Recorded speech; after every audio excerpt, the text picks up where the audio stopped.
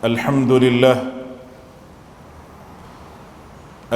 لله الذي هدانا لهذا وما كنا لنهتدي لولا أن هدانا الله أشهد أن لا إله إلا الله وحده لا شريك له وأشهد أن محمدًا عبده ورسوله اللهم صل وسلم على محمد وعلى آله وأصحابه ومن تبعهم بإحسان إلى يوم الدين أما بعد فيا عباد الله اتقوا الله حق تقاته ولا تموتن إلا وأنتم مسلمون وتزودوا فإن خير الزاد التقوى واتقون يا أولي الألباب لعلكم تفلحون. Sidang Jumaat yang dikasihi oleh Allah, sekali lagi saya berpesan kepada diri saya dan kepada sidang Jumaat sekalian, supaya sama-sama kita bertakwa kepada Allah Subhanahu wa ta'ala dengan kita menjunjung segala titah perintah Allah dan kita meninggalkan segala larangannya. Kerana berjayalah mereka yang bertakwa, serta carilah bekalan dan sebaik-baik bekalan, iaitu bertakwa kepada Allah Subhanahu wa ta'ala. Di hari Jumaat yang berbahagia ini, marilah sama-sama kita merenung satu ayat Allah Subhanahu wa ta'ala di dalam Al-Quranul Karim, surah Isra ayat yang ke-23. A'udzu billahi minasy syaithanir rajim. Wa qadha rabbuka alla ta'budu illa iyyahu wa bil walidaini ihsana.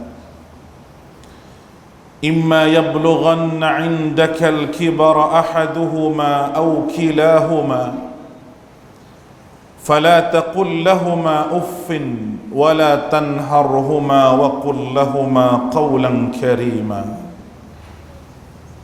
واغفض لهما جناح الذل من الرحمة وقل رب ارحمهما كما ربياني صغيرا. Sidang Jumaat yang dikasihi oleh Allah Subhanahu wa ta'ala, ayat ini adalah satu ayat yang biasa kita dengar dan biasa disyarahkan oleh asatizah, ustaz-ustaz kita, tuan-tuan guru kita, yang bermaksud, dan Tuhanmu telah perintahkan supaya engkau tidak menyembah selain daripadanya, melainkan Allah semata-mata, dan jangan engkau dan hendaklah kamu berbuat baik kepada ibu bapa jika salah seorang daripada keduanya ataupun keduanya sekali sampai umur tua dalam jagaan dan peliharaan kamu, maka jangan kamu berkata dengan perkataan kasar sebagai contoh perkataan wala taqul lahumā uffin, dan kamu kata pada mereka, wala tanharhumā, jangan kamu menengking ataupun menergah mereka, tetapi katakanlah kepada mereka qawlan karīmā, perkataan yang mulia, yakni bersopan santun. Dan hendaklah kamu merendahkan diri kepadanya dengan belah kasihan dan kasih sayangmu, serta berdoalah untuk mereka. Wahai Tuhan kami, cucurilah rahmat kepada mereka berdua sebagaimana mereka mencurahkan kasih sayang, memelihara dan mendidik kami semasa kecil. Sidang Jumaat yang dikasihi oleh Allah, ayat ini adalah satu ayat yang cukup penting untuk kita hayati di khutbah yang ringkas ini. Betapa banyaknya pada hari ini anak-anak yang mendurhakai kepada kedua ibu bapanya, menjadikan ibu bapanya sebagai tuan, menjadikan ibu bapanya sebagai hamba dan dia sebagai tuan. Betapa ramainya anak-anak pada hari ini telah menyusahkan hati kedua ibu bapanya. Betapa ramainya anak-anak pada hari ini telah pun melanggar perintah Allah serta perintah kedua ibu bapanya. Dan betapa ramainya hari ini ibu bapa yang serabut, ibu bapa yang tidak lalu makan, ibu bapa yang sakit kerana memikirkan perangai anak-anaknya. Perkara ini merupakan satu penyakit yang lebih bahaya daripada virus yang melanda dunia pada hari ini.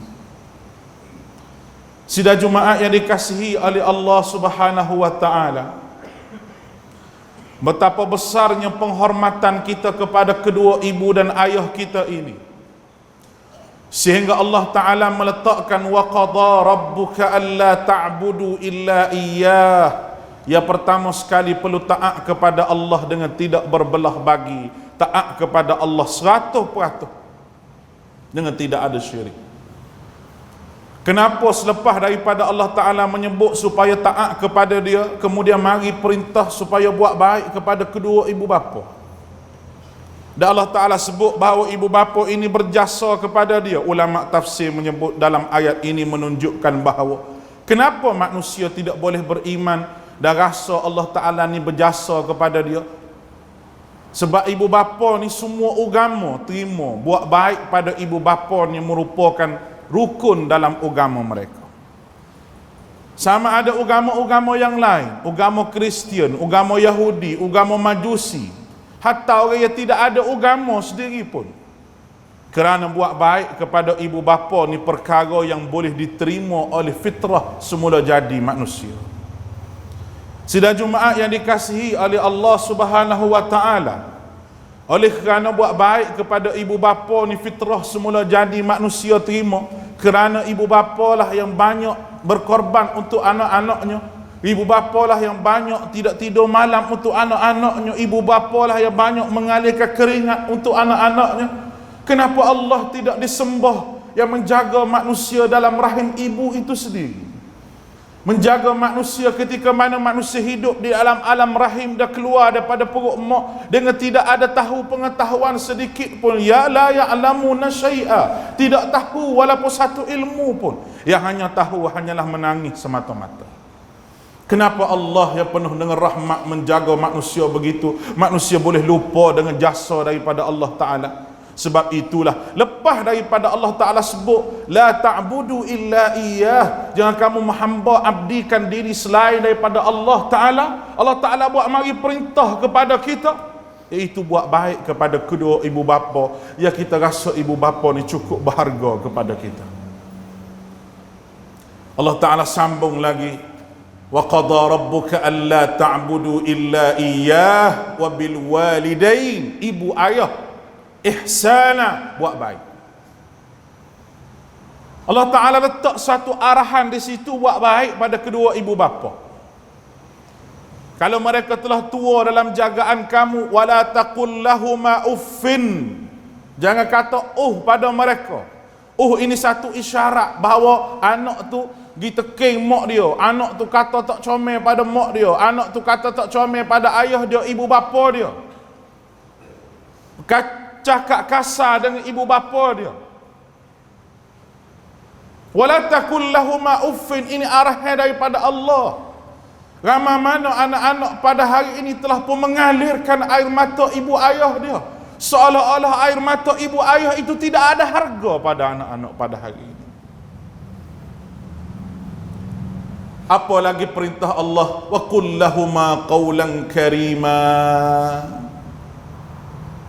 wa kullahuma qawlan karima, katalah kepada dia dengan perkataan yang baik-baik, yang molek-molek.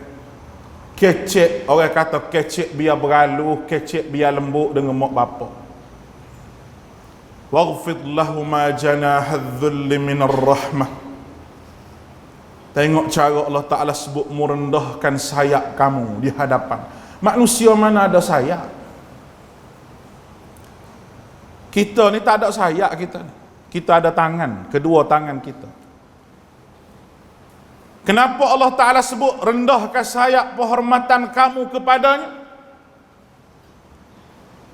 Sebab kalau kita tengok burung yang terbang, dia terbang tinggi dengan sayap dia pergi ke tinggi, dia buka sayap dia. Apabila dia katuk sayap dia, pum, dia jatuh.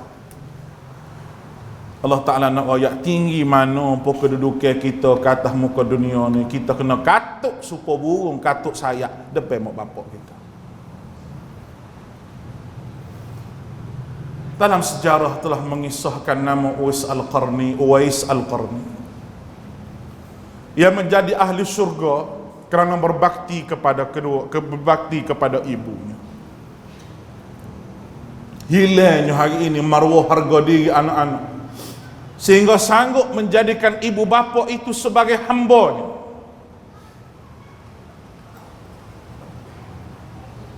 Sidang Jumaat yang dikasihi oleh Allah, di sini hamba tak tahulah. Baru-baru ini kenyataan yang dikeluarkan oleh kementerian di Malaysia, bahagian jaga, bahagian keluarga. Rumah orang tua ni terpaksa ditambah oleh kerajaan. Rumah jaga orang tua ni terpaksa kena tambah. Kerajaan kena buat mari duit daripada modal kerajaan, bawah Jabatan Kebajikan Masyarakat untuk jaga orang tua yang tidak dijaga oleh anak-anak. Amba nak cerita satu pengalaman di atas mimbar Jumaat ini. Amba dijemput ceramah di rumah orang tua di satu negeri 4-5 tahun yang lepas, belum daripada Covid. Kita pergi ceramah rumah orang tua-tua, yang anak dia tinggal, ya kadang-kadang dia tak ada anak, tapi keluarga pergi buat situ, anak saudara pun tak sepera, walaupun dia pera anak saudara dia supaya anak dia sendiri. Macam-macam jenis lah situ.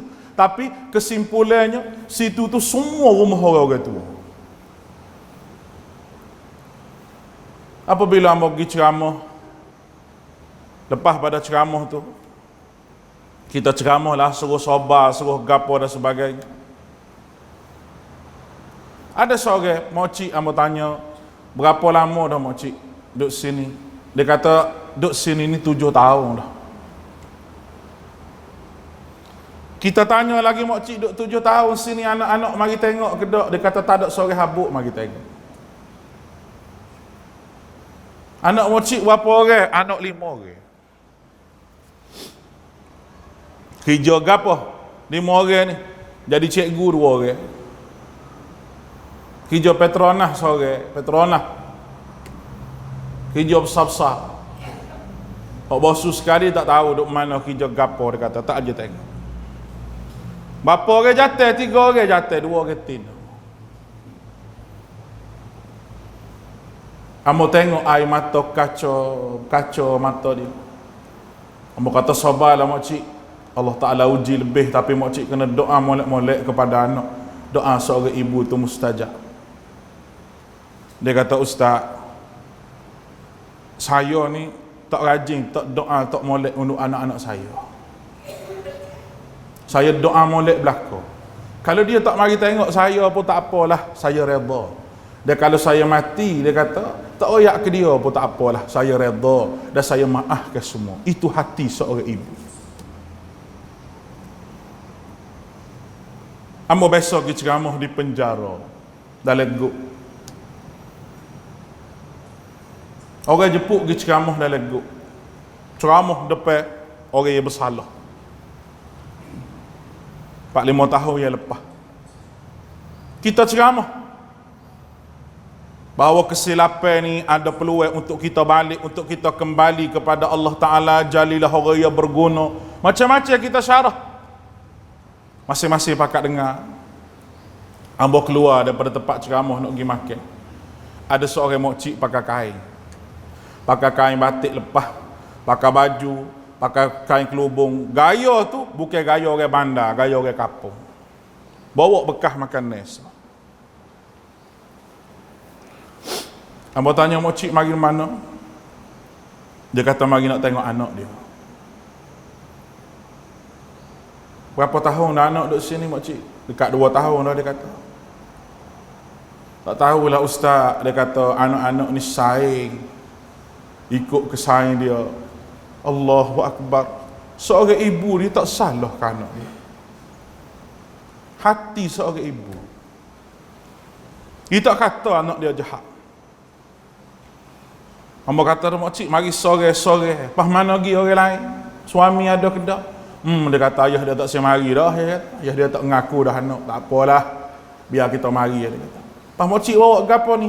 Bawa makan ni. Anak kita ustaz beri makan kau ni. Anak dia dipanggil bawa keluar depan mak dia. Anak dia ni tangan duduk belakang. Nak makan nasi dengan mak.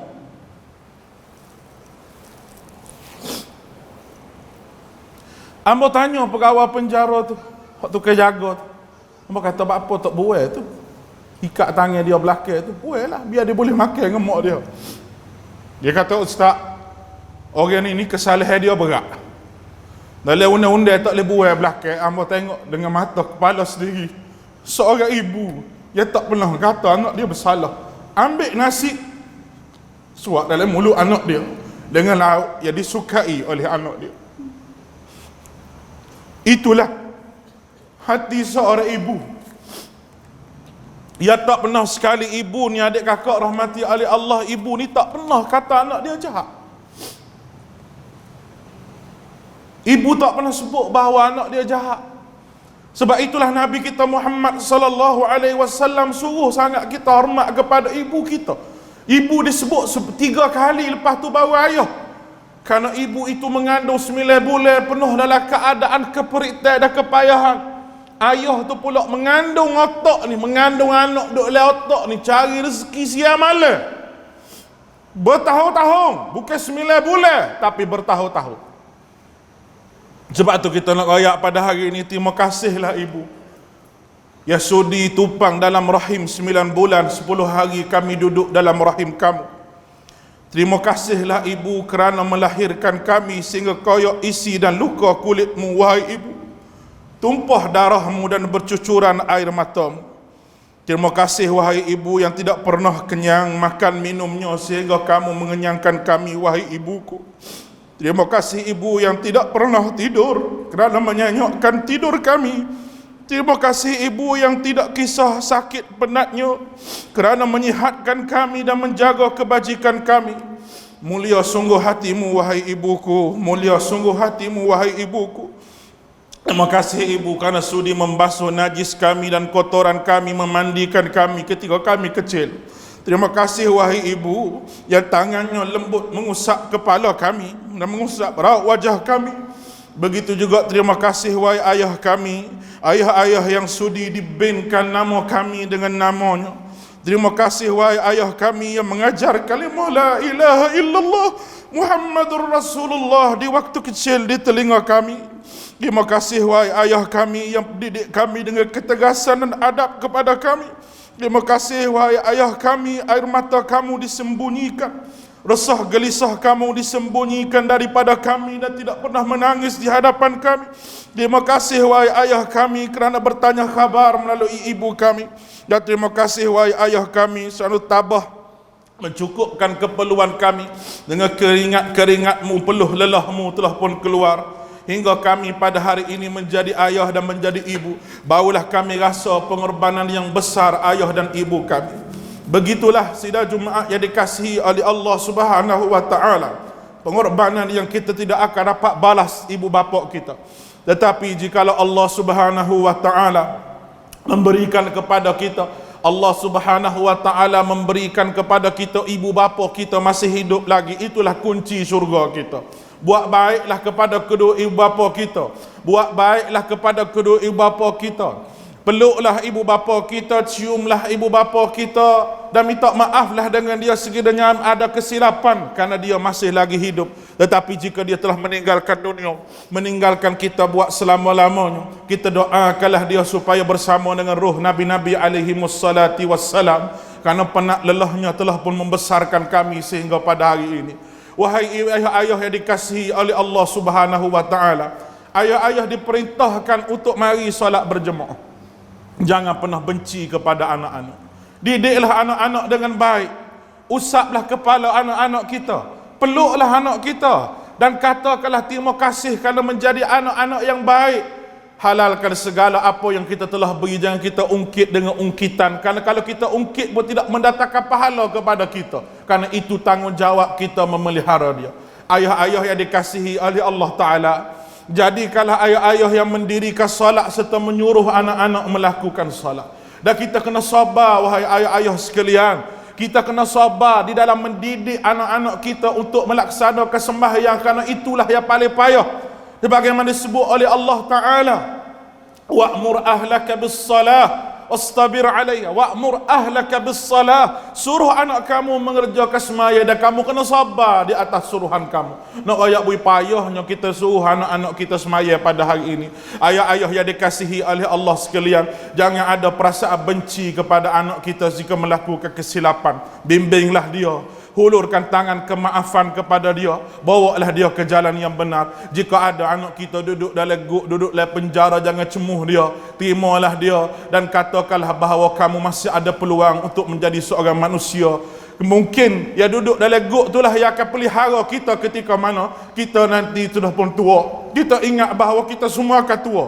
Kita semua akan tak ada orang dah kita. Lutut kita akan sakit, kepala kita akan sakit, kita tak boleh nak akak tubuh kita. Pada ketika itu anak-anaklah yang akan cara pada kita. Oleh itu jangan bermusuh dengan anak-anak. Wahai ayah-ayah dikasihi oleh Allah Ta'ala, barakallahu li wa lakum fil Qur'anil azim wa nafa'ni wa iyyakum fihi min al-ayat waz zikril hakim wa taqabbala minni wa minkum tilawatahu innahu huwas samiul alim. Aqulu qawli hadha wa astaghfirullahal azim li wa lakum ya fawzal mustaghfirin wa ya najatat taibin.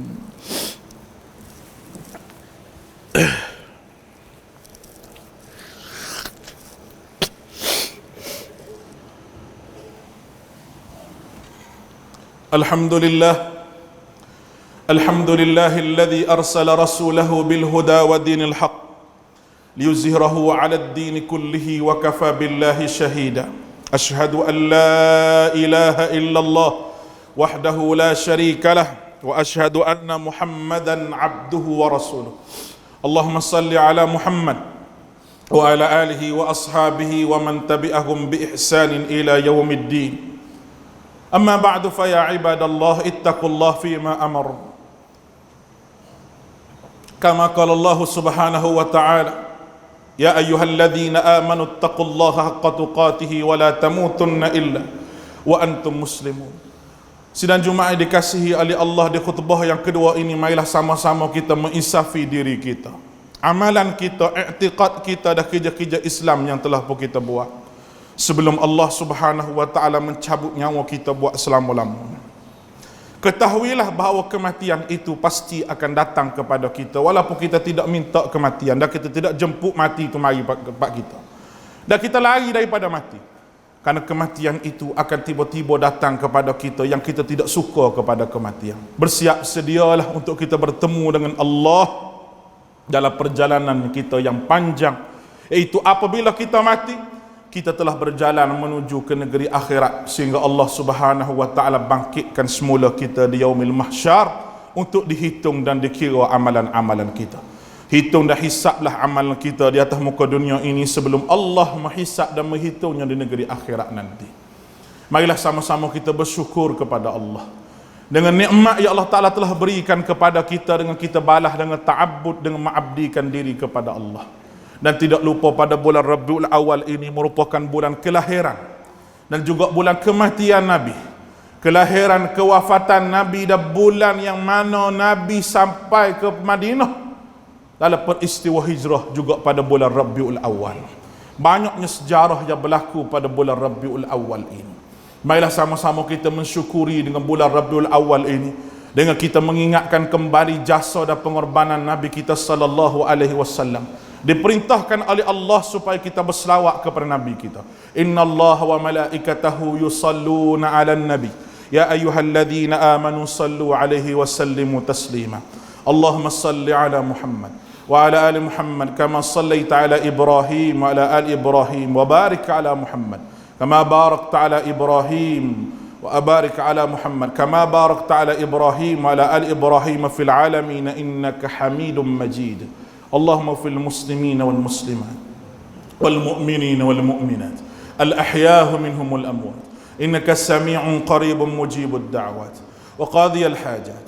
اللهم أعز الإسلام وانصر المسلمين وأذل الشرك والمشركين ودمر أعداءك أعداء الدين. Ya Allah, ya Tuhan kami mohon kepadamu supaya keampunkan dosa-dosa kami, dosa kedua ibu bapa kami, sahabat-sahabat kami, jiran-jiran kami, seluruh umat Islam yang masih hidup ataupun yang telah meninggal dunia. Ya Allah, ya Tuhan kami, ampunkanlah dosa seorang insan yang kami tumpankan rahimnya, ya Allah, semasa 9 bulan 10 hari, iaitu ibu kami. Yang susah nak dia, ya Allah, memelihara kami, iaitu ibu kami, ya Allah. Yang nyenyak kami tidur kerana buaian, kerana ulikannya, ya Allah. Yang kami semua sihat kerana kebajikannya, ya Allah. Yang sanggup tumpah darahnya kerana kami, ya Allah. Ia tidak pernah mengenal erti penat dan lelah kerana kami, ya Allah. Yang membersihkan segala kotoran pada kami, ya Allah. Yang selalu manja dan mengusap kepala kami, ya Allah. Ampunilah dosa ibu kami, ya Allah. Ya telah pun banyak, ya Allah, berkorban untuk kami. Begitu juga dengan ayah kami, ya Allah, yang memikirkan untuk mencari rezeki kepada kami tanpa penat dan lelah. Ya telah pun berkorban banyak kepada kami, ya Allah. Dia telah mengajar kami adab dan mengajar kepada kami kalimah la ilaha illallah. Jika ibu bapa kami masih hidup lagi, ya Allah, rahmatilah mereka, ya Allah. Ampunilah dosa-dosa mereka, ya Allah. Angkatlah sakit yang mereka tanggung, ya Allah. Angkatlah kesakitan yang mereka tanggung dan sembuhkanlah penyakit mereka, ya Allah. Selesaikanlah segala masalah mereka, ya Allah. Jadikanlah mereka hidup dengan tenang, dengan amal ibadah hanya kepadamu. Panjanglah umur mereka dalam keberkatan. Jika ibu bapa kami telah meninggalkan kami, ya Allah, lapangkan kubur mereka sejauh mata memandang, lebih jauh daripada Kau jauhkan timur dan barat. Ya Allah, ya Tuhan kami, ya Allah, ya Tuhan kami minta kepada Kamu tulisan rahmat di alam barzah, di alam ruhnya, ya Allah. Tepatkan ruh ibu bapa kami yang telah meninggal dunia bersama dengan Nabi-Nabi alaihi wassalati wassalam. Tempatkannya bersama dengan Nabi alaihi wassalati wassalam, bersama syuhada, siddiqin. Ya Allah, ya Tuhan kami minta kepadamu, ya Allah, pandanglah muka kami dengan pandangan rahmat. Ampunilah dosa-dosa kami, satukan hati-hati kami. Ya Allah, ya Tuhan kami, jadikan pemuda di kampung kami ini pemuda yang lekat hati dengan masjid. Orang tua yang mengasihi orang mudanya, orang muda yang menghormati orang tuanya. Penuhkanlah masjid-masjid kami ini, ya Allah, ketika mana kami mengadakan majlis ilmu. Taukkanlah hati penduduk kampung kami dengan masjid, ya Allah. Satukan hati kami sebagaimana Kau satukan muhajirin dan ansar. Ya Allah, ya Tuhan kami, berilah kekuatan kepada kami, ya Allah, untuk kami bersyukur kepada Kamu, untuk kami melakukan amal yang terbaik, dan untuk kami melakukan kerja-kerja amal Islam yang terbaik. Ampunilah segala dosa-dosa kami, ya Allah. Hapuskanlah segala kesilapan kami dan tempatkanlah kami nanti di Firdausil A'la, surga yang tertinggi di sisi-Mu. Kami mohon keampunan daripada-Mu, kerana Engkaulah Tuhan yang Maha Pengampun lagi amat mengasihani. Rabbana atina fid dunya hasanah wa fil akhirati hasanah wa qina adzabannar. Ibadallah, إن الله يأمر بالعدل والإحسان وإيتاء ذي القربى وينهى عن الفحشاء والمنكر والبغي يعظكم لعلكم تذكرون فاذكروا الله على آلائه واشكروا على نعمائه ولذكر الله أكبر والله يعلم ما تصنعون.